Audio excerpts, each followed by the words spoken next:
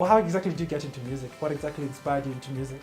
From when I was a child, when I came back from the States, I used to spend a lot of time on my grandpa's farm in Jororoko.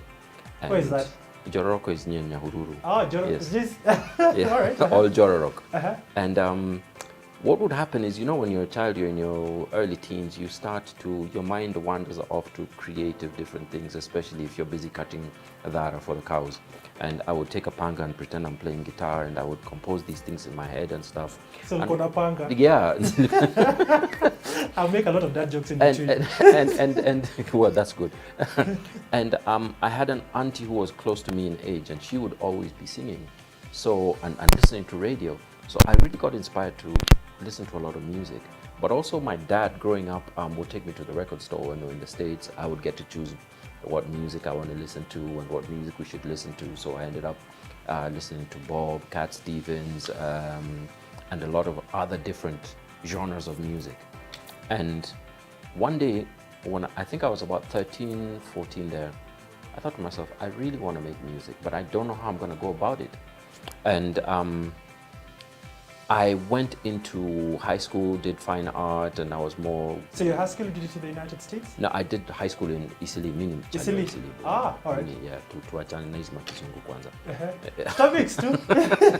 It's for the international audience. Yeah, I went to high school in Kajiado and then moved to Isili High School because of fine arts. And I was more inclined towards fine arts. Going through high school was the era of break dance, and everybody would come with a kaboom box radio and do the break dance and stuff. Peer pressure, I was part of that. But also I realized that I had this thing that I would be able to dissect music as I was listening to it. So I wanted to become a music producer from the time I was, in my teens. And I finished high school and started tinkering. Through high school, I had met with people like Guido Kibukosia, who was a group called African, what were they called? Anyway, Guido opened up a studio in Nairobi, him and his wife, Suzanne Kibukosia, who has, I think, since changed her name. And we would go and visit them, listen to what they're doing, get inspiration from them. And I linked up with a pal of mine called Peter Dara. We started our own little gospel group. So you used to be a singer? Yeah, I used to sing and play heart, and I realized we're singing people's covers. Why don't we create our own music?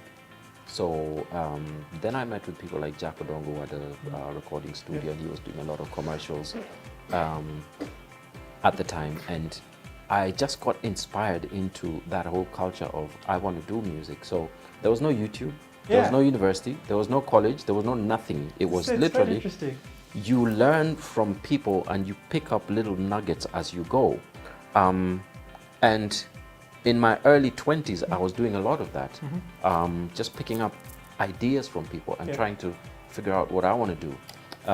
Now, I had a keyboard at home and I used to spend countless hours, in fact, ungodly hours on my keyboard, teaching myself how to play and how to compose music. By yourself? By myself. Wow. And I would literally wake up, take a shower, have breakfast, sit on the keyboard, and play until nighttime. So you did have 10 dinner, hours and hours. Go to bed, wake up, routine, same thing, over and over and over, until it just became inculcated in me. I could make music with my eyes closed. Back in 1994, my big break came. Was it? Yeah, December 1993. Jimmy Gadu comes to me. He knows that I can compose music with my eyes closed, and I've got this little setup where I can make music. And he says, Ted, there's a commercial that's being done. Can you just carry your contraptions? I had like a keyboard, a Great Wall TV 4 monitor, and a Atari. Oh, Great Wall was also a monitor? Yes, it was, well, the black and white? I figured out it was a monitor. I remember the Great Wall. I was like... Yeah, you had to be part tech geek and part music geek in that time. So I had an Atari 1040 ST computer that could save up to a whooping 700 MB. Wow. Full stop. End of story. No UPSs, no nothing. Yeah. If power went in the middle of composition, Die. I hope you crammed the idea. Yes. So we go into the studio. We record this commercial for Salama Condoms in Tanzania. And the guy I'm working with is a studio engineer who's studied at MIT, New York Institute of Technology. And he looks at me and says, outside of America, I've never seen anybody who can do what you're doing. Where did you learn how to do this? Because even I can't do it. I say, well, I've just been mucking about in my bedroom. And he says, no, you have to come and work for us. Oh. So that's how I got my first job at Sync Sound Studios on Mombasa Road. And then I worked on people like Hardstone, people like Shades of Black, people like Kalamashaka, Gidi Gidi Maji Maji. The studio owner was Nazizi's uncle, so I met with Nazizi, literally as a just do a song for her so she gets out of my hair kind of thing. And you know, the rest is history.